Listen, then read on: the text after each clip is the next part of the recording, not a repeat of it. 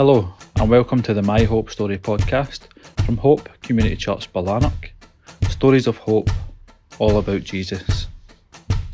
Who are we, but sinners saved by grace? Hello, how you doing? I'm good, thanks. How are you? I'm good. It's been a while since we've had the podcast on, so you're our first guest back, just in time for summer. So why don't you introduce yourself, who you are, and what you do in Hope Community Church Ballanark? My name's Jordan Gallagher and I'm a member of Hope Community Church Ballanark, and I have been for nearly 2 years now, I think. You've put up with the madness for 2 years. Yes. Lucky you. Okay, so I'm assuming you've watched some of these, but in case you haven't, I'll just run through what we'll do. So we'll chat a bit about you growing up, what your family was like, whether you know, before you were a Christian, talk about how you were saved, and kind of what's been happening, what Jesus has been doing in your life, and kind of since then. All right. Okay. So, take us back to where it all started. So I was born in Falkirk. Were you? I didn't Yep. know that. Wow. There we go. A shock straight away. Brilliant. Okay. So I was born in Falkirk and I lived there until I was 5 with my 8 brothers, and 7 brothers, sorry, Wow. and my mum and dad at the time. That is mental. Yep, but my mum and dad split up, so my mum moved through to Motherwell with me and my brothers to be closer to her family after they split up.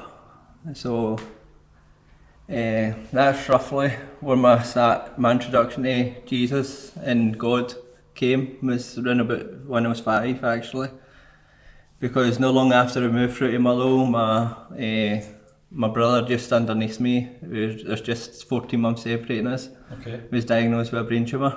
Right. So we moved back through to Falkirk to live with my auntie while obviously my brother was getting treated in Yorkhill and Glasgow. Wow. So your mum was staying kind of here to be with your brother and look after your brother, so you moved back to Falkirk. So what age were you when you moved back? So you moved to Glasgow or Motherwell when you were about 5? Yep, and then I moved back through when I was 6. You were 6, so you were. And that was just for the year.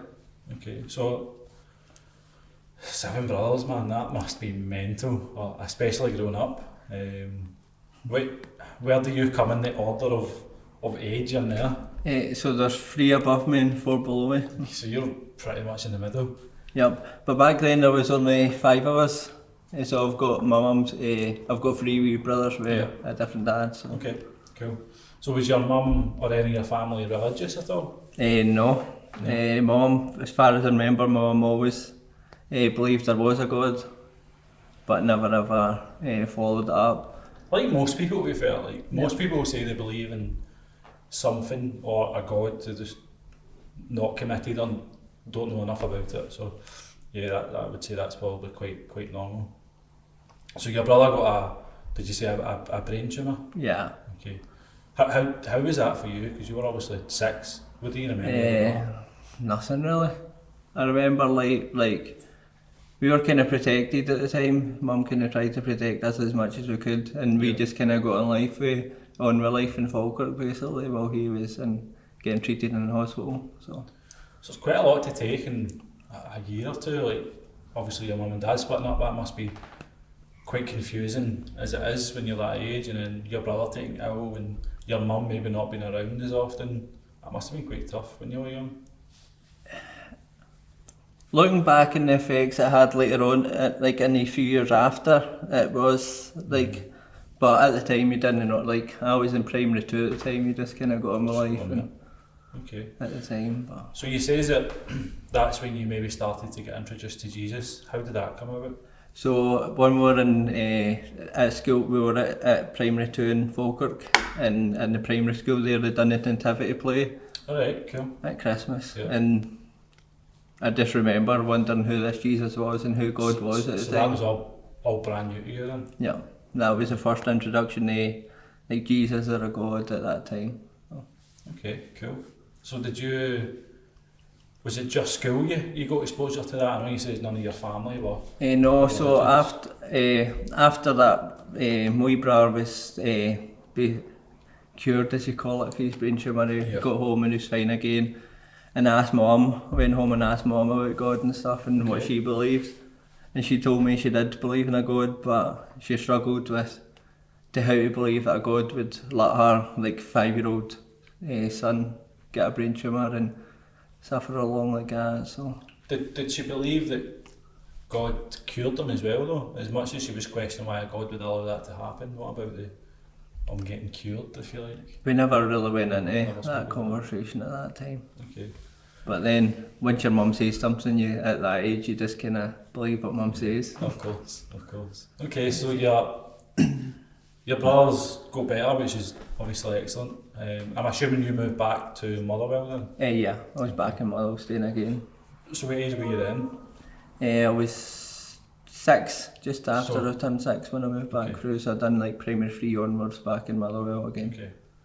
And can you remember much about school? Were you still questioning Jesus and finding out about No, the rest of primary school, it just kind of left again, because my mum had mentioned that, so I just took my mum's word for it at the that? time. Just took that as it is. Yeah. Okay. So what was it like growing up in Motherwell then? We'd stayed in quite a rough area at the time in Motherwell, so it was, and you just kind of, all your pals were rough, so you just followed the roughness of the crowds at the I time. can imagine you being in with a rough crowd, I'm not going to lie. Aye, changed guy now. Were you a football hooligan? Aye, probably. Brilliant. So you're not a Motherwell boy, you know, you're a Rangers boy, aren't you? Aye. Okay, we'll not say anything else about that then. So, when did you start to, I suppose, find more about God and about Jesus? What age were you roughly then? I think we started, in primary 7, we started going to what I now know is like a youth group running, like a wee club running a Friday night by Roman Road in Motherwell. Actually, they ran the club, and they'd ran it for 50 years actually. So is that a church that ran that? Or? Yeah, it was a church that ran it in the school building on a Friday night. So that was, they would have the Bible talk at the end of that every time, but you got to go and play football with your pals in somewhere that wasn't raining and cold and wet. So I'm assuming you went, just for like you said there, just to get off the streets to somewhere to just kick about rather than for the God stuff. Yeah. When did you start to get interested then in that chat that came at the end of the night? Well, after, it was another youth club actually in Roman Road that we started going along to, and then that started to remind me of my younger years and when I remembered back to asking my mum about God and stuff. Right. So then, although you'd try and act cool in front of your pals and pretend you weren't listening, I would really be You were still taking like taking in what they were saying and stuff. And that's what God does, that. Like he speaks to you, and only, it doesn't matter if you're coming across as you're paying attention or not, but it's in your heart, So, what was it like then? We'll go away from the God stuff just for a moment, but what was it like for you in high school then? I'm assuming high school in Motherwell, yeah? yeah, it was still high school in Motherwell. School was rough. I never enjoyed school. I didn't get on too well in school. Sometimes I felt like a teacher didn't like me, but that was at the time. Looking back, it was probably my attitude wasn't very well in school and stuff. Couldn't imagine you having a bad attitude. Like, I can. like I've never been a good student in any sort of aspect of life. So did you get into trouble a lot then when you were in high school? Yeah, I got kicked out of school quite a lot actually for doing silly stuff. Okay. Like, I wanted to fit in, and to fit in you need to do silly stuff in school, so... So did you become a bit of the class clown or? And there'd be times where you'd just do stupid stuff that you'd end up getting kicked, you'd be the one that gets kicked out of school while everybody that's egging you on's still there because you're the one that was silly enough to go do what they wanted you to do. So What was it like being a teenager in a household full of, 7 other brothers? Or around about that time, what was that like? That must have been a bit of a, I suppose, try to be the alpha, I'd imagine, in that household. What was it like? Well, I actually spent a lot of my time out with the household actually, because as you probably gathered at school, I liked a lot of attention, and being in the house with 7 other boys, it was difficult to get, so Yeah. I spent a lot of my time out with the house and stuff, so just to avoid that. So. Yeah. So I'm assuming you kind of grew up living with your mum. Were you in touch with your dad during all this time? Or? Well, I was for the first 4 or 5 years, I think, after my mum and dad split up. And then my little brother got cancer again, the same one. Got cancer a second time, and this time the cancer for the brain tumour spread into his bones. Right. And going back 17 years ago, like it was, like nowadays, everybody just about knows somebody with cancer. Yeah. We're back 17 years ago, it was very rare that somebody would know somebody with cancer. And, but then this was also a very rare kind of cancer that my brother had. And he'd been given days to live. Wow. And my mum wanted to give my brother the chemotherapy. Yeah. Because my mum clinged on to the hope that it might save him. Yeah. Where although the doctor had told them that it wouldn't work, my dad didn't want to give the chemotherapy, Right, just okay. because, well, as anybody knows that had chemotherapy, it just drains the life out of you, basically, makes you so tired and drowsy when you're on it. So my dad wanted to spend the last few days with my little brother while he was still alive, As he was, yeah. and was able to say goodbye to him and stuff. So that caused a big argument between I can imagine. my mum and dad, because they had so different opinions on something that was so important at the time. And basically, because my mum thought that my dad was making the wrong decisions for for my brother, he stopped him seeing him. She'd stopped him seeing us. But like a week later, after things had calmed down, she'd then turned around and said, "Look, it was silly. You can come back and see them again." Yeah. And Okay. we hadn't seen him for 10 years. Wow. 10 years later, and he still hadn't came back to see us again. Wow. So jumping forward now, but do you speak to him now? We did come into contact about 5 years ago again at my stepbrother's wedding, and we'd seen him again for 3 years again, and I kind of put a stop to it then after that, but we'll come to that later on this way. I'm sure we will. Okay, so enough of the serious stuff for a wee minute, because that was getting a bit deep. Yep. So back to your teenage years then. So you're Yep. a bit of a lad, try to fit in, try to show off a wee bit. You're kind of getting into some trouble in school, but you're also going along in these youth clubs and you're starting to hear about Jesus and hear about God, and you're clearly taking it in. So you mentioned that you started going to this other club. Was that primarily focused on God, or was it the same again, a youth club but they threw a bit of God in? What was the script of that? Yeah, it was probably the youth club that they threw a bit of God in, but it was probably a bit more intense. Okay. Obviously, it was aimed at older kids, so Yep. it was a bit more intense than what it was before. And then through this youth club, they took us up to a Christian youth camp up at Pitlochry, actually. I've been there, yeah. So Okay. So was that like a weekend away that you just basically have fun and they try and teach you a wee bit about God? That's my experience with going to these weekends away. well, at this, it was a summer one. It was the first one I'd went to, and in the morning. So in the morning, like after breakfast, you'd all get in the meeting hall, and then they'd have an hour Bible teaching basically. So they'd teach through the Bible for an hour, and then you spend the day doing activities, and then at night they'd have like a gospel talk basically for aimed more at your unsaved kids at the Okay. thingy. So it could be quite intense. So what age are you then? I was 14 come this point. 14. Okay. And What's your thoughts on God then? So you were 5, 6 when you first started, you know, finding out who God was, but your mum kind of put that to rest with saying, you know, what she said.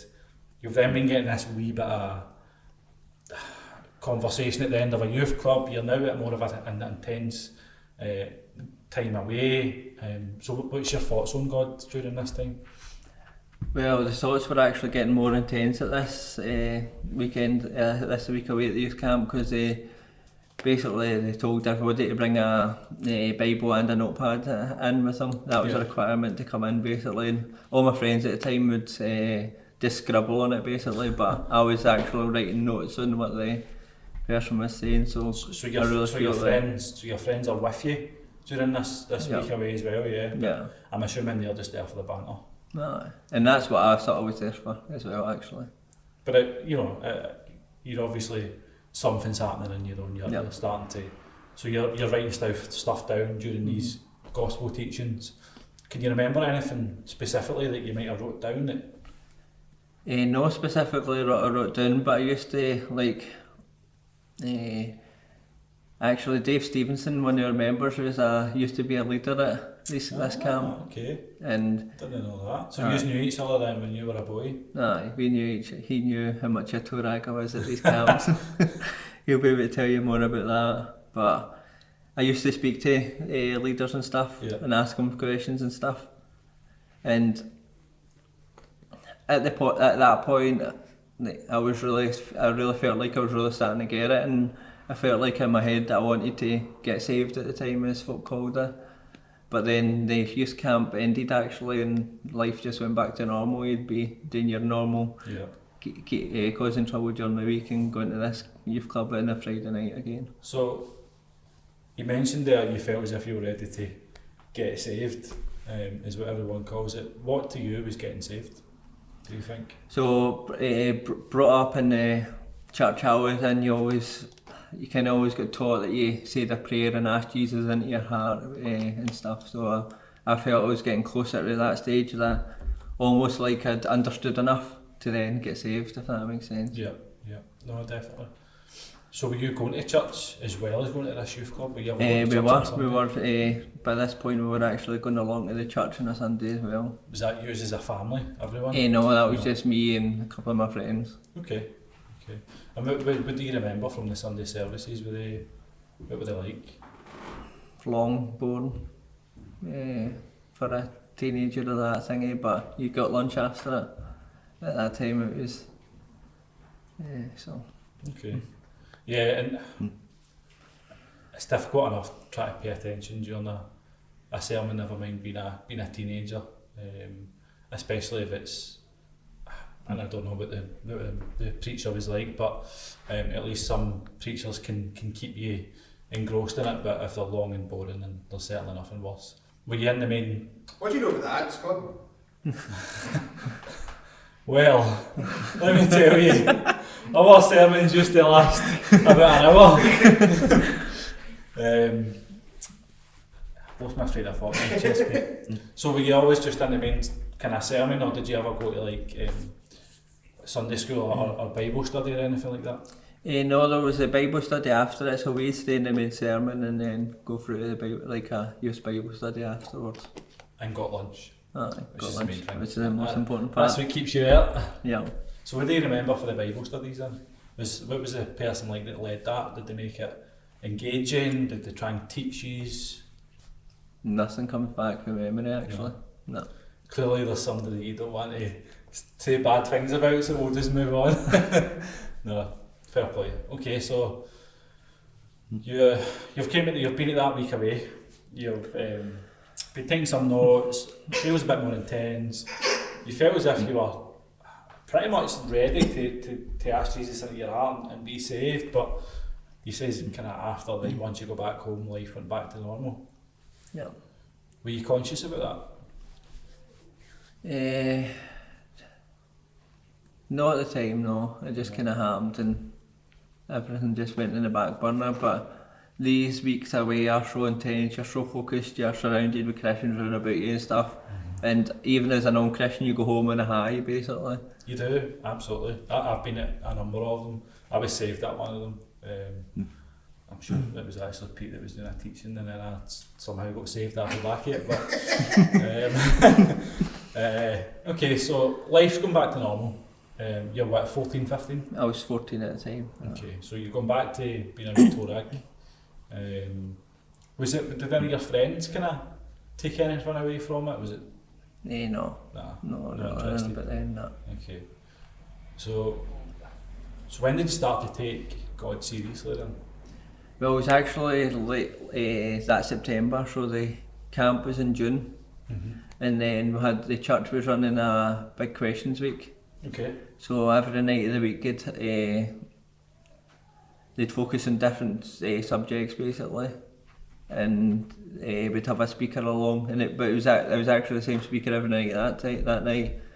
And one of the topics is why does God allow suffering? And that puts you right back to when you were 5, 6 years old. Yeah. Okay. So talk me through that then. What you remember about that? So it's still a bit, all the years are still a bit of a blur to me, but I just remember how he'd answered the question, so like I felt like no one else was in the room at the time. I felt like he was just speaking to me at the time, and he just answered the question that my mum had asked all the years ago, so he couldn't have answered it better actually. Just pointed out to how like sin led to all these things happening. It was us that destroyed the world through our sin. It wasn't God didn't make the world that way. It was through our sin and our sinful choices that led to these different things happening, and it just really spoke to me. Like I didn't care that at the time that my friends were there. Like that interest in God had always been at the back of my mind. Yeah. And the thing always barring it was the question that my mum had, and obviously suffering. See my wee brother suffered it twice, and obviously the second time I had it, I was 12 at the time, so I was much more understanding of what was going on at the time.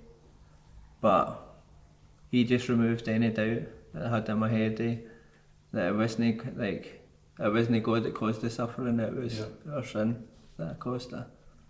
So, what age was your brother the first time it happened? He was 5. He was 5, so just younger than you. Yeah. What about, you understand that humans brought sin into the world, destroyed kind of how things were supposed to be. But you being a teenager, did you ever think that, well, wait a minute, my brother was 5 years old, he doesn't know what sin is, he's not a bad child. Did that ever cross your mind, or did this just answer it for you? I think at the time, the second time it sort of like got processed through my head more. Like I was questioning why him, like especially I guess it's the second time he's had it. Yeah. And like I was 8 years, why did it have to be the same him twice? Yeah. Cause like and I could have spoke for any of my brothers at the time, we would have took it off him if we could. I'm sure you would have, 100%. So you're at this week where they're asking, what was it you called it, the big question? Big question week. You've been going to church. Why did it take from that moment, do you think, just to really speak to you? What was the whole point of going to church on a Sunday if it hadn't really been speaking to you too much? It was just something to do on a Sunday, and I don't know why. Like even looking back now, I couldn't even answer the question of why church, because there's like, if you ask many teenagers out there, like church is the last place they'd want to go to hang out in. But it just kept drawing me back. I couldn't even answer why church.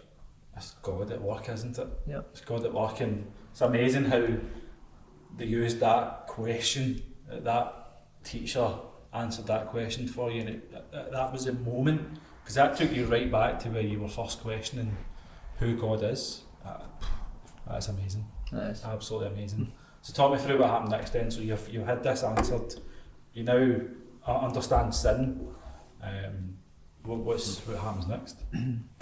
So it was the next night actually is the night I decided that I was going to take it more, like become a Christian and start taking things more serious. Yeah. And when I started telling my close friends and stuff, that I was a Christian, I told my mum, and then obviously I went and told the folk at church that I got saved and stuff.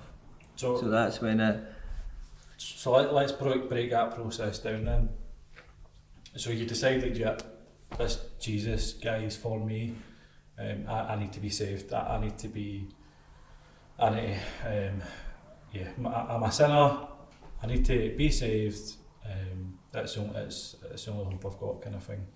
So you says there that you started telling your closest friends. How did that go? Can you remember those conversations? Well, they were the ones actually that came to church with me. So Okay. like there was two of them, and they've been my closest friends through all my primary and high school basically. And So were they quite supportive then? Yeah. Yeah. And are they Christians? No, they stayed through church all the way through high school as far as I could remember, but Never ever got saved. Fair enough. And what about your mum? How did she take it? Mum's always been very supportive, but it's just she still can't get over the full cancer and the suffering. Yeah. No, listen, that's understandable. Couldn't imagine what that's like. But so your mum was supportive. What about the rest of your brothers? How did they react to it? They kind of made fun of it to begin with, but that's kind of what brothers do. As soon as they find something they can pick on, then for being a wee bit different, then they'll pick on it. But they generally were supportive of that. They were quite supportive in the end. Excellent. So you've been saved. What did you expect to happen next? Because I remember when I was saved, I thought everything's going to be hunky dory now. Is that kind of what you were thinking? Were you thinking, or did you know that in fact life's going to be pretty tough now? What was your thoughts? No, I did expect God to take all my problems away. Like you have that high after. You have that high coming and hitting you, and you just expect everything in your life's going to be better. Yeah. So what was life like after you'd been saved then? So you were still kind of 15 at this time? I was nearly 15 at the time, I think. Okay. So did anything change for you in school then? Because you were quite a bit of a toe rag, getting into trouble, but now you're saved and now you're trying to follow Jesus. Did your behaviours then change? Looking back, my behaviours did actually change in home and at school. Mum quite often references how going to church it did completely change me. I don't know how much she matches together becoming a Christian or just going to church. But fair enough. And did any of your kind of teachers or anything recognise changes? Did that ever get mentioned to you? No, they never ever mentioned it. Obviously in classes I was getting better grades than I probably was getting, and I was then, but even some of them were still totally like. In 6 years, they wouldn't help me get into uni just because they knew what it was like. Well, they knew what it was like before and just expected that to. Like obviously, I didn't tell them that anything changed. I didn't tell that my teacher I became a Christian or anything. But just because they knew how much a troublemaker I was before, they thought they would be wasting their time helping me get into university. So. Okay. And what about the people that you were trying to impress? You mentioned a lot about trying to fit in, and that's where a lot of this kind of class clown behaviour came from. What about those people? Were they still egging you on? Were they like, why you not doing this anymore? Did any of that ever come up? No, I just naturally distanced myself away and hung about with my two friends that I normally hung about with, like outside school and stuff. So I just naturally distanced myself. Okay, so that was quite an easy transition for you then? Yeah. That's good. So, so what happens then after high school? Yeah, after high school, it was 2 years later I then eventually got baptised. I was actually a few years for the youth club, but got baptised around about then. So were you still going to the youth club then? Yeah. Yeah, okay. Yeah, I'd stayed on that youth club for years and years actually. I take it you then became a leader, didn't you? Yeah. So 2 years later you're baptised, so what, 16, 17? Yeah, I was 16 when I got baptised. So what's baptism then? So baptism is when you follow Jesus' command to get baptised in water to show that you've died to sin and been given your life in Christ. So I think a lot of people associate baptism or christenings, probably mainly christenings, because it's mainly parents get their children christened. I think a lot of that, and I probably understood this as well when I was younger, but a lot of people might think that baptised then leads you to become saved. And that's not the case. You want to just clarify that for people that are maybe watching? Yep, so baptism comes as a command from Christ to show that you have been saved and that you are living a different life, you're living a life in Christ. So it's a command to do after you're saved. And I always made the mistake that when I was younger I left it 2 years because I felt that I had to be ready for it, I had to get a certain position where that's not actually the case. Quite often you'll find the scripture is they were saved and then they were baptised. It was almost if it was almost immediately. If it was like just one motion basically. Yeah, okay. And Pete always illustrated baptism as supporting a team. You know, you've already been a supporter and you're following that team. It's now the baptism's putting on the football shirt and showing that you're a supporter and you're a follower of that club, and that always kind of stuck with me. Okay, so you've been baptised, you and a couple of people from the youth group. What do you remember about that? Because I remember my baptism. Yep, so there was 3 years getting baptised in the same day actually. So it was just one after another, but I remember all my family, like all my brothers and my mum and my stepdad all came out to see it. Brilliant. Which was important, really important for me at the time. That's good. So I always felt that, like I felt a big deal of that because in one sense it showed they accepted that I've changed and that I'm a Christian now and stuff. Excellent. So you mentioned your stepdad there. What age were you when he kind of came into your life? That was almost immediately after my mum and dad split up. Okay. How was that for you? Did you get on with him all right from the get-go, or? I did. There was a few times that we'd kind of fight, but and then obviously you'd say the hurtful stuff that you normally say to like men in their life. It's not that you know your real dad and stuff. Don't tell me what to do. You're not my dad. But looking back, he's been a great support in our lives, in my life. Good. Okay. But you've not actually mentioned where he is. Is he a Christian? No. No. So I'm the only one in my family, like whole family, that is a Christian. Wow, you've got a lot of preaching to do. Yeah. Okay, so you're baptised. What happens next then after that? You're still going to this youth club. Yeah. I'm assuming you're still going to church. Yeah. Is church still boring for you, or? No, there was more like you still got your boring weeks when you get the speakers that you struggle to engage with, but you just get some messages that speak to you more than other one does, and you often find that if that message isn't speaking to you, it'll be speaking to somebody sitting next to you. Yeah, it's a very selfish way to look at it. So fair play to you. But when I'm bored, I'm probably not caring about anybody else is sitting there. Okay, so you're still going to church. You're enjoying it more, which is good. You're probably learning more from it because you're maybe paying more attention. You've been baptised. You've, I'm assuming, either left school or leaving school at this point. Yeah. What kind of happens after that? I'm just leaving and then I go to college and stuff, but and then I become a member. Like too long after that, I become a member of Roman Road. Okay. And so what? Sticking on the membership of a church then, because that might come across to some people a bit weird. Why do I need to be a member of a church? Why can't I just turn up on a Sunday if I'm a member, does that mean I need to pay? Am I then have responsibilities? Talk us through what the church membership kind of meant to you at that time. It might look a bit different from membership in our church, but talk us through that.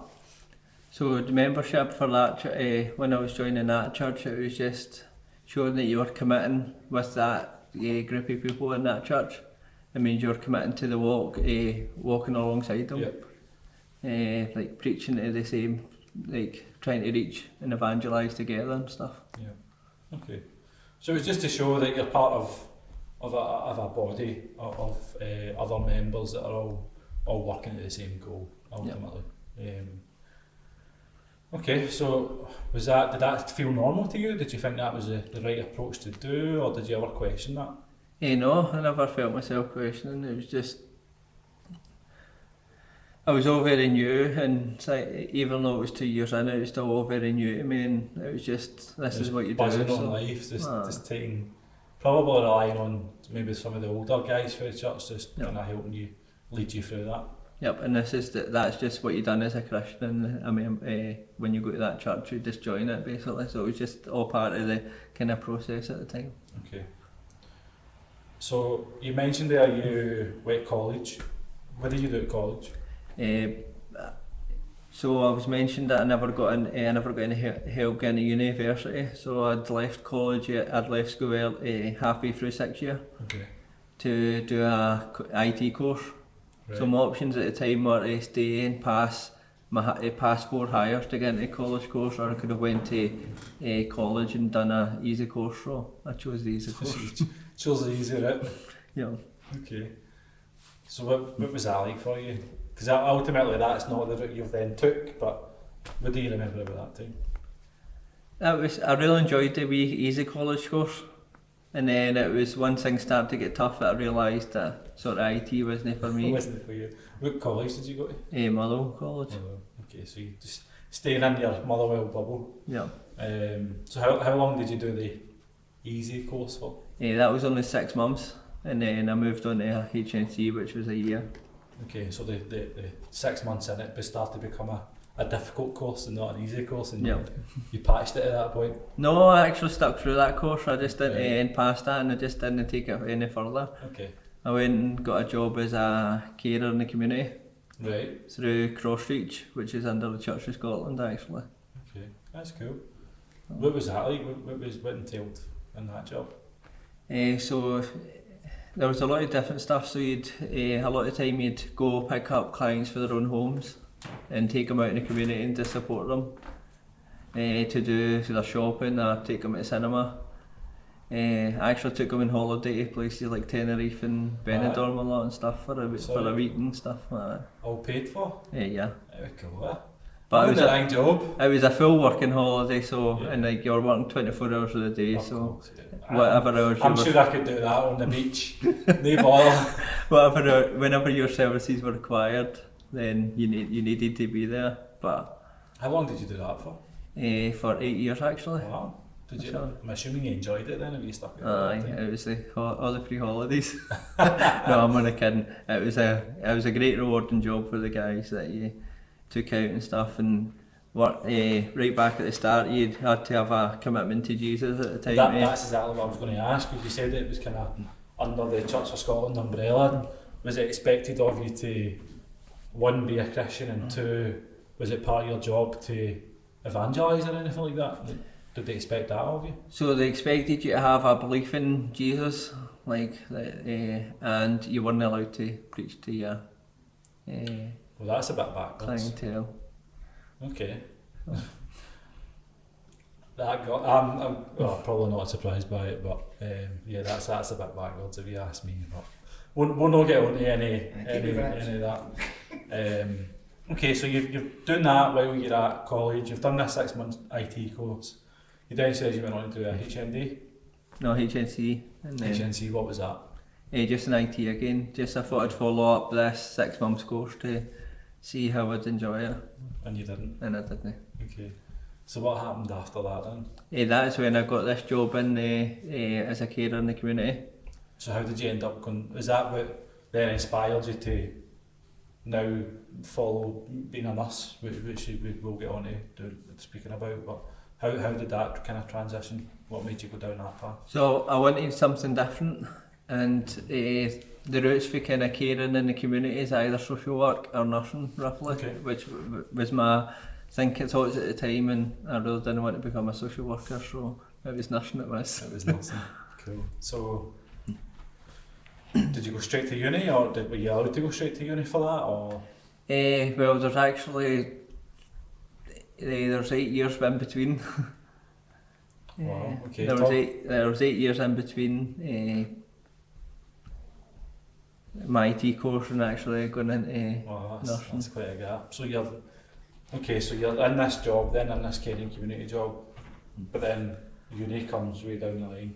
Yeah. Okay, so talk us through kind of what you've been doing then away from your job. You mentioned you stuck with the youth club that you were going to. Did you become a leader there? Yeah. Yep, I moved on to become a leader and help, and then I'd moved into like even doing the Bible slots that I'd done there, as I called it anyway. What's a Bible slot? So that was a part of the youth club where they'd done talk through the Bible Right, okay. and stuff. Yeah. They just like pick a few verses and try and make it relevant to the kids that they're going to. So how many kids did you have in when you were a leader? Could have went anything from 50 to 75 some weeks, or some weeks it'd be between 10 and 15. Yeah. So Okay. it was during the winter months you tend to find your numbers rise, and then when it gets hotter outside your numbers would Of course, because they're out playing football outside. lower again. So that was my, I was only about 19 I think when I became a leader. So what was it like for you then, doing this Bible slot in front of all these kids? I was nervous because a lot of them I wasn't much older than at the time. A lot of them I'd even went through some of the youth club with and been friends with, but you just done it and tried to make it as interesting as possible. Okay.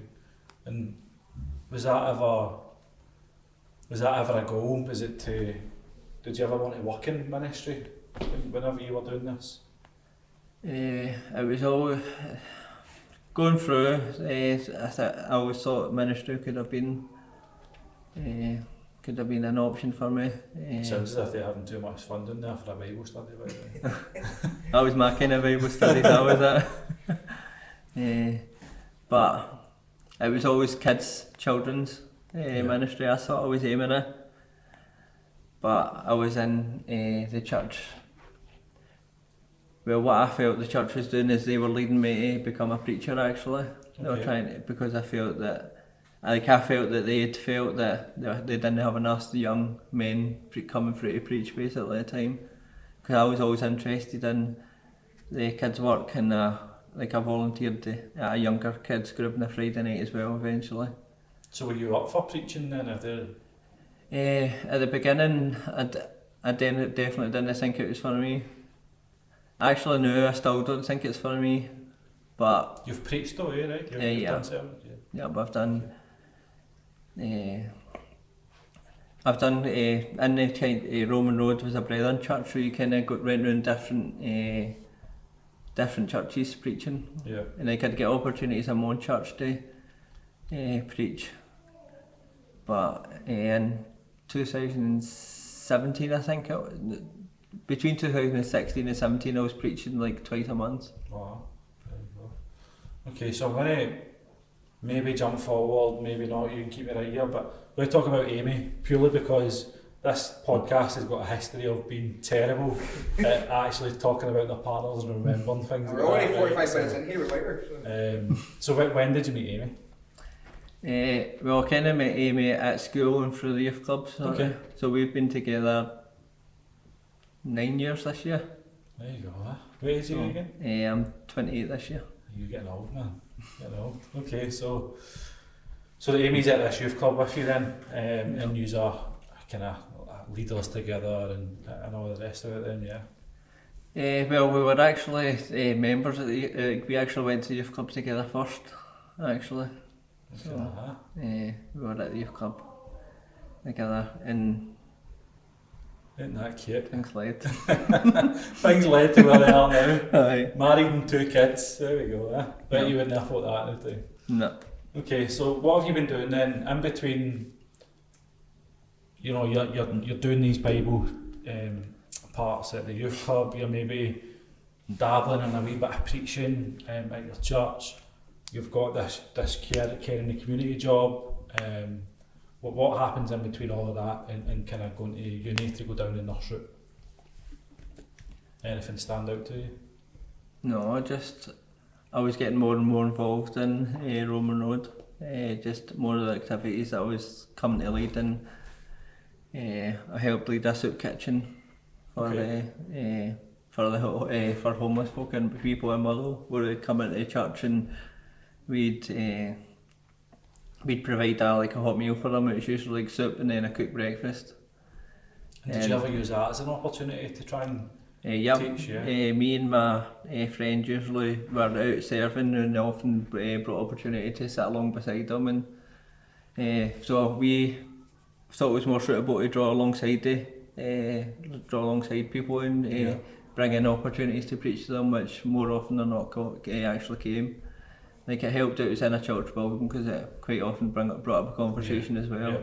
And then at like Christmas and Easter and stuff, you would then, and like other occasions, you would have we'd sometimes ask like a church member to come in and just stand up at the front and preach and stuff.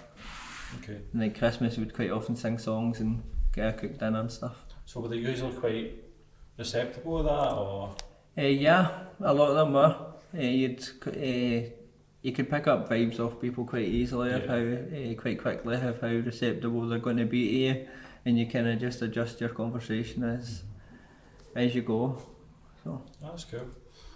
So you're getting heavily involved in the church. Where is your personal walk with Jesus? Because it's quite easy to throw yourself at church and throw yourself at all these different activities and all that, but completely lose your own walk.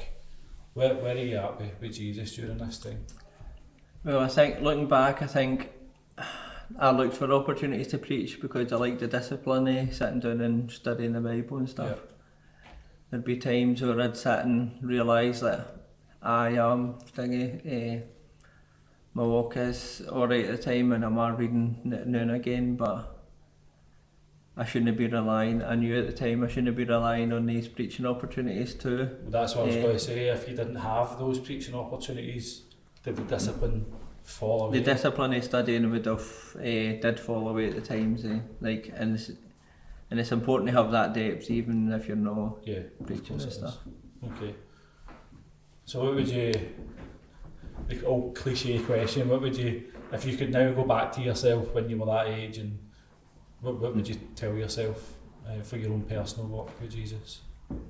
Well, and it's not even what I would, just what I would tell myself, but my friend and probably my mentor in the church at the time used to always say to me, like, make sure your walk's right before you're out doing anything else for Jesus. Always make sure your walk's right before you're out preaching elsewhere. And it's easy to go, aye, no bother. Yep. And half the time, a lot of the time I did admittedly go, aye, it's fine. Yeah. And then, you go through peaks and troughs where you go all for it, and you just burn yourself out, and you go, you just maybe don't pick up a Bible for however long, and that happens to all of us. Okay, so your walk with Jesus is kind of up and down. You're maybe not as disciplined as you would like to be. However, you're still throwing yourself at the church. Does there anything else stand out to you then during that time before you start uni? No, through that time I just always had that feeling inside that if I'm busy, if I'm singing, my walk's good. If I'm busy, if I'm keeping active in the church, if I'm doing good, and if everybody else sees me as doing well, like, I guess, like, say, when I was back at school, I wanted to please, all the other clowns, class clowns basically at the time. And I guess, partly as I moved into church, that although my behaviour changed, the motive to please everybody around about me probably didn't change too much. And would you say that was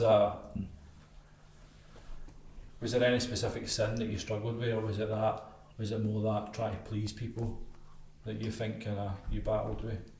the constant battle in my life is probably not surprising, but it's control. So if I could control with keeping busy and keeping busy preaching, keeping busy running the soup kitchen, keeping busy getting as involved as I can in the church, so that I could like control the way everybody else thought about me basically at the time. Yeah. And you said do you still struggle with that? Yep, it's a constant battle actually, and that probably hit me harder than I ever did when my first my daughter was born. Actually, she was my first born. Yeah. Okay. Which we can talk about later on, but for anyone maybe praying for you, could be praying that you maybe offload some of that control onto God and just put it in His hands. But I'm sure we can pray for that later on. Okay, so what made you then decide to go down the route of uni then? So you says it was either social work or nursing. So you went into nursing and you started going to uni. What was life like at uni? You've only just finished, so you should be able to tell us that. Yeah, it was pretty hectic. Like again, the reminder came since I started. I just don't like being a student. I don't like learning. Like I much prefer being on the job and thingy, so the placements were always much better. But also I think it was during my first year at uni is when we started coming to Hope. Okay. And during my first year at uni was also when my first child was born. So all happened at once. So when did you and Amy get married? Was that just before uni now? 2017 we got married. Okay, and when did you start uni? A year later, I think it was. So at least you were already married and got that out of the way. Yeah. Because that's stressful enough. Okay, so let's talk about kind of that first year then. So you're at uni. How did you find out about Hope? Well, we were actually, through different complications and stuff in Roman Road, we were looking to leave actually. Okay. And we did leave at the time, we left. So how did you make that decision to leave? You don't really go into the reason why you left, but you were obviously there a long time. So how did you eventually make that decision? Do you remember if you spent any time praying over it and anything like that? I always did reflect on it, and it's still like it was the church I was brought up in, it was the church I was saved in, it was the only church I'd known. Yeah. So I do often look back at life in Roman Road and what it was like, but there was just the church was moving in a direction that I didn't agree with. I felt they were overlooking stuff that shouldn't have been overlooked and stuff at the time. Okay. So I just felt that it was time for us to move on because I didn't believe that anything would change at the time. Fair enough.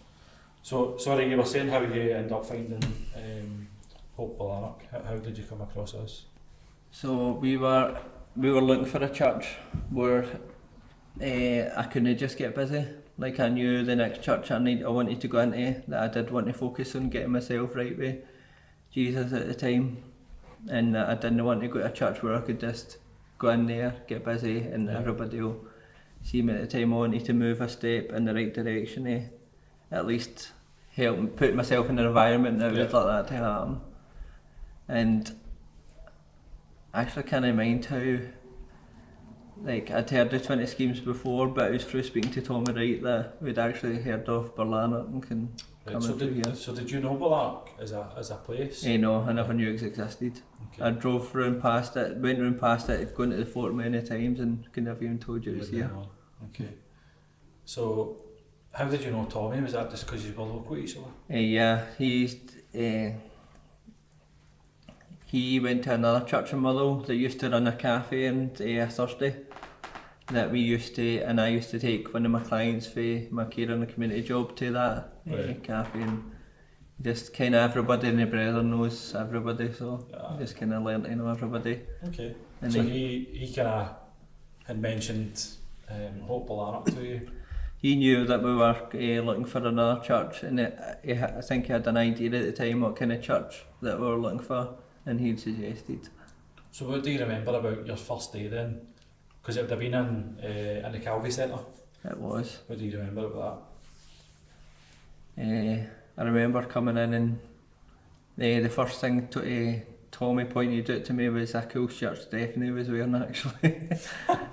So Stephanie was my first member that I'd met as I came in. Yeah. Okay. So I remember that. There's definitely worse members you could have spoke to first. There was. But and there was a lunch as well after the service. That was definitely a bonus. Yeah. And what did you make of the sermons? Who was preaching that day? Was it? Yeah, it was Pete Stewart who was preaching that day. What do you remember about that? Because I'm assuming completely different from what you were used to. It was almost like I remember that he was going through I think it was I'm not even going to take a guess on what book we were going through at the time, but I remember it was just an expository preaching the word he was doing, and I always thought that was important. Yeah. And Tommy told me that they went through the books as well, which I always find is important because in Roman Road it was quite often just passages for here, there and just wherever the speaker chose to preach from that week, so it was difficult to get any continuity through it. Well, that's the difference because it's someone different every week, at least here. I mean, that's one of the things that at least Pete is organised with, knowing what's going to be preached throughout the year and making it, gospel centred. So that's at least something we can Yeah, at least here's a lot, at least. Okay, so you've come in, you've met Steph, and that's great. You've heard a bit of preaching, you've had lunch. What did you go away thinking? Did you think, this might be a good place for us, or? Well, we didn't try anywhere else, so... Okay, there you go. Job done. I think we just kept saying we'll see how we feel next week, and we just kept going. It just kept going like that. Are you still going a Sunday morning? We'll see how we feel next week. No, we're fairly settling in. Good. It's good to have you here. So you then had a baby. Yeah. Also all in this time. You was massively pregnant when you first came. When we first came in the door, I think she had a month to go. Wow. That must be mental for you. Like, you're obviously starting a whole new chapter in your life with uni. You're coming to a new church. Amy's about to pop. You must have just been totally stressed out during all that time. It was a whole upheaval, and just Juliana coming along just crushed everything, I think. Changed your life. Yeah. In a good way. Yeah. At the time, I really didn't see it like that. I really struggled when Juliana was born.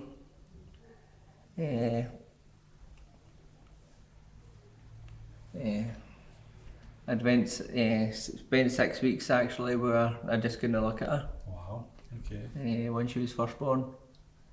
There'd be times I'd go home for work and I'd sit in the car for hours rather than having to go in and see her. So were you excited when Amy was pregnant? I was excited, delighted actually.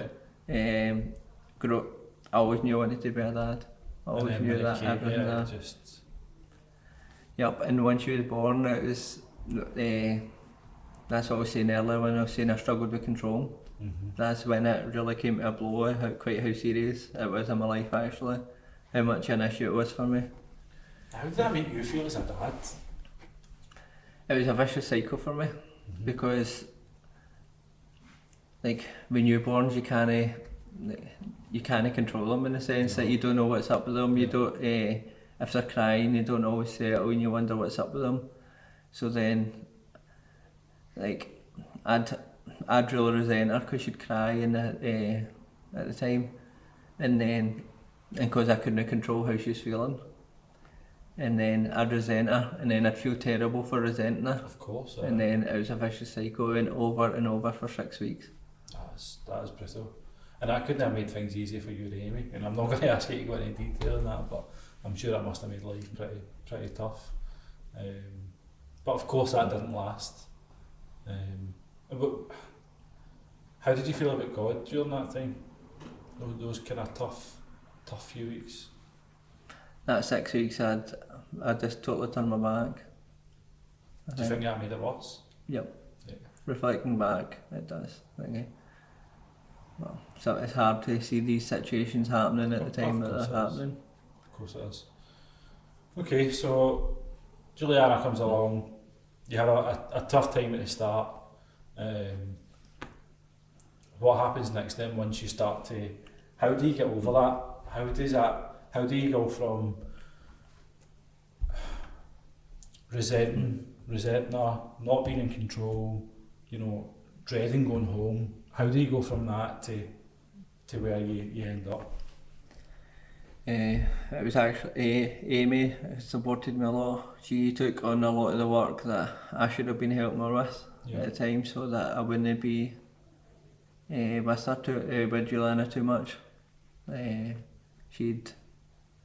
Anytime she'd cry, and she'd deal with it at that time, just because she knew how much said she knew, but eventually she knew how I was feeling. I think it was about 3 or 4 weeks in before I actually told Amy, because I wanted to control it, I wanted to make it better myself. Yeah, and we're not in control, we can't be, because we're useless at it. So you mentioned you turned your back on God during that time. When did you start to look for God again during that? Did you start to then say, I need help, I need you to take control of this? Did you ever ask for that? It was through I'd mentioned my mentor in Roman Road. It was through discussions with him and stuff, and he helped me realise that it is kind of a normalish feeling with like with a newborn and stuff, that you do, like, it is normal to struggle. It isn't. Of course, absolutely. Like, it's a big adaptation, and he's always been good for pointing me back to God, and he always takes time to read through the word with me and stuff when I'm struggling. He's always first go to. It's never a self-help, if that makes sense. And that's why I've always relied on him to help bring me back, if that makes sense. I want you to remember that when I have a way and I start to struggle. You'll remind me of this conversation, right? Yep. Okay, so things are starting to get better then, right? So we don't want to dwell on that too much. So things are getting better. You're still at uni, you're now progressing into that. Your walk with Jesus is now on the right path. You came to Hope Ballanark because you wanted to start focusing on your walk. You wanted to get away from being the one that was running this and that and the next thing, and you didn't want to distract yourself. You wanted to be you and Jesus as part of a body of Christ in the church. Did you find that at Hope? Was that how things progressed? It did, in the sense that without me openly knowing it, it did help. Like, I don't know that I would have survived through Isaac's diagnosis if it wasn't for how this church has helped point me to Christ every way, even through folk who probably didn't even know they were doing it at the time. So that comes a little bit, probably 2 years, a year or two later then. Why don't we just jump to that and talk us through that situation? So obviously Isaac's your second born, your son. Isaac's my son. There's only 13 months between him and Juliana. He was diagnosed at 19 days with cystic fibrosis, which is a genetic condition that that the genes carried over from me and Amy. There's only that was no long before the start of all this pandemic, is that right? Yeah, he was born in January and the pandemic started in March. Okay. So 19 days old and being diagnosed with that. Was that, I remember what you guys were going through at the time, that's what you were dreading? Yeah. It was the same with Juliana actually, but obviously Juliana's not got it, but it was the waiting on that heel prick test coming back, waiting on it. But obviously when we came, the result came, you kind of, it was a blow. Looking back a few years ago, I don't think I would have coped with that. You struggle through the rational thoughts of thinking, it was my fault that he's got this because I gave him the gene. So you struggle through that thingy, but like I said, we're talking about how the walk. My walk is going for being in Hope, and I feel that has developed me in the sense that I do look to Jesus more in these situations. Oh, that's good. I feel that I have given God more control than thingy. That I obviously should still give him still a sin I struggle with on a daily basis. That Listen, sin's a daily battle for all of us, you know. I just feel that it has eased, and this church has helped me thingy. I feel that my walk with others is like walking alongside others is like that battle's hindered. Yeah. My walk and getting alongside others and even hanging about with other members in the church as much. Like there's many times I felt like, do I really fit in here? Do I thingy? But it's and Amy's loving it. So Amy's always pushes me to continue to come. But And we love you being here, man. Like it's no, we all that's the one thing I love about our church. None of us are the same. Yep. We're all different. We all have different hobbies, different personalities, but we're all there for the one reason, and that's what brings us all together. Yep. That, And 100% you fit in, of course. And I do feel I fit in, I know, I do feel I fit in. It's just this battle's more intense now than it's ever been, because I've been coming to this church. The whole goal with coming to a church that is so focused in walking with God and making sure your walk with God is well before you do anything else. Is the whole purpose they want to join a church like this, and this battle's more intense because of that, and I feel that God is winning the battle. Excellent. Okay, so that then brings us on to COVID. Obviously, it's been a tough year and a bit. How have you survived during it all? Because you're still at uni during this. Like that must have been mental. So I was folk will maybe think I'm look at me crazy because I'm working in the hospitals, I'm working with COVID, but I was one of the lucky ones to be working through COVID. Yeah. I would have rather been working in amongst COVID and than being at home stuck, being on furlough at home in the house with. So, I'll ask you a question. How does that make you feel that you were in amongst it all, but you had Isaac back at home and you were potentially taking it home? How did that make you feel? I know you can only do what you can do. Yeah. I get that, but And it was never an like there was I could have opted. Students got the choice to whether opt in or opt out placement at the time, and for me it was never an option to opt out. yeah. I was always going to, and there was a risk of taking back to Isaac, but I just not felt at peace with that. But I just felt that it was my duty to go and help, and Yeah.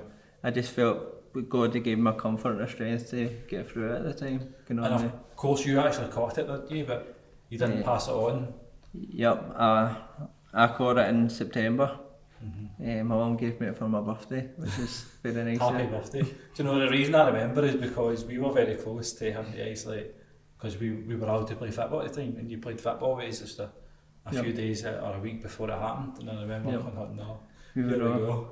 But aye, surprisingly, nobody else in my household at least showed symptoms enough to go get tested to catch a virus. But And that's good. So, how was church for you during that time then? Because we were on Zoom and I absolutely hated it. I just couldn't engage with it. If I'm honest, I really struggled with that. What was your time like during that? I felt like my reading kept, like my own personal reading of that kept up to date during it, but online Zoom just wasn't for me. Yeah, I'm with you. And I did go weeks and weeks with missing it, which I was finding excuses to miss it just because I hated the whole thing, online Zoom, but obviously that wasn't the right decision for me to make either. But hey, we're all together now. I'm just so glad, even if we're distanced and we need to stay distanced and we need to wear masks, that we can be here together again. Absolutely. Amen to that, and hopefully that never changes now. Okay, so that brings us pretty much up to now. Is there anything else that you think we've maybe missed that you want to add before we? No, I guess that's amazing. So usually at the end of the podcast we'll get you to read out your favourite verse of the Bible, which you have already open in front of you. So why don't you read that out and tell us why it's your favourite? No, it's Psalm 128 in verse 1, and it says, "Blessed is everyone who fears the Lord, who walks in his way." And it's actually a tattoo that I've got tattooed onto my arm, actually. And I was just remembering reading Psalm 128, I was reading through the Psalms, and it just spoke to me one day. And I just think it's a great reminder to have in my arm. That every day I look at it, and it's that reminder that although it's just that great reminder to have, and it often brings up conversations with people as well, because they're always interested in tattoos. So. Yeah, absolutely. Okay, so if you had a message for anyone who's maybe struggling with sin or struggling with control, what would you say to them? What piece of advice would you give them? It would be to just try and give control back to God. I know it's difficult when you're stuck deep in sin to see any other option out, but the only way out is to look to God to help you and to give that control back to God again. He's a God who controls everything that's happening. Like, there's nothing in this world that happens out with his control, and it's a burden that you don't need to carry alone. He already carried that burden for you. Yeah, for sure. Amen. Good piece of advice. Okay, well, thanks for coming on. I'll just pray for us, just as we finish up, if that's okay. Thanks for having me. Lord, I thank you for this time again. I thank you that you've allowed us to meet together like this, to share our stories of how we've been saved, Lord, and how you work in our lives. Lord, sin is a daily battle for all of us, but you are in control. We know that we can hand our burdens off to you because you have already sacrificed yourself for sin, Lord. Lord, I just thank you for Jordan. I thank you that he's been very open and honest with us tonight. Some of the things discussed were quite deep and hard-hitting, but Lord, I'm so thankful that you were able to give him that courage to speak out and show his love for you, Lord. I just ask that you bless us tonight, you bless us for the rest of the week, Lord, and that you're looking after us and guiding us through any times when we're battling with sin, Lord. Amen. Amen. Thanks, man. Thanks for having me. Thank you for listening to the My Hope Story podcast. To find out how you can have your own hope story, go to www.myhopestory.co.uk. Praise our mighty Saviour's name. He left his throne on high and came. And while we were still sinners, he died to set us free. Hallelujah, Jesus Christ be praised.